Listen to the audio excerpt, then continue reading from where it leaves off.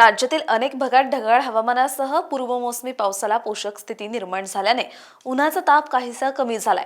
कोकणात उष्ण आणि दमट हवामान असून पूर्व विदर्भासह मध्य महाराष्ट्र, मराठवाड्यात विजांसह वादळी पावसाची शक्यता हवामानशास्त्र विभागाने वर्तवली आहे, तर उर्वरित राज्यात कोरडं हवामान राहण्याची शक्यता आहे। आज कोकणातील पालघर, ठाणे, मुंबई, रायगड जिल्ह्यात काही ठिकाणी उष्ण आणि दमट हवामानाचा अंदाज आहे, तर रत्नागिरी, सिंधुदुर्ग जिल्ह्यात उष्ण आणि दमट हवामानासह हलक्या पावसाची शक्यता व्यक्त करण्यात आली आहे।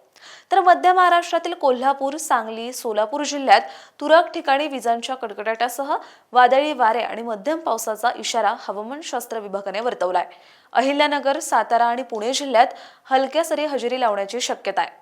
तर मराठवाड्यातील नांदेड, लातूर, धाराशिव जिल्ह्यात विजांसह वादळी पावसाची शक्यता हवामानशास्त्र विभागाने वर्तवली आहे। तर बीड, हिंगोली जिल्ह्यात तुरळक ठिकाणी हलक्या सरी हजेरी लावतील असा अंदाज आहे। तर विदर्भातील अकोला, अमरावती, भंडारा, बुलढाणा, चंद्रपूर, गडचिरोली, गोंदिया, नागपूर, वर्धा, वाशिम आणि यवतमाळ जिल्ह्यात तुरळक ठिकाणी विजांच्या कडकडाटासह वादळी वारे आणि मध्यम पावसाचा इशारा हवामानशास्त्र विभागाने दिलाय। देशात मागील 24 तासात राजस्थान येथील फालोदी येथे उच्चांकी 44.8 अंश सेल्सिअस तापमानाची नोंद झाली, तर राज्यात जळगाव येथे उच्चांकी 42.4 अंश सेल्सिअस तापमानाची नोंद झाली। त्या खालोखाल अकोला 42.1 अंश सेल्सिअस, वर्धा येथे 41.5 अंश सेल्सिअस, अमरावती आणि ब्रह्मपुरी येथे 41.4 अंश सेल्सिअस तापमानाची नोंद झाली।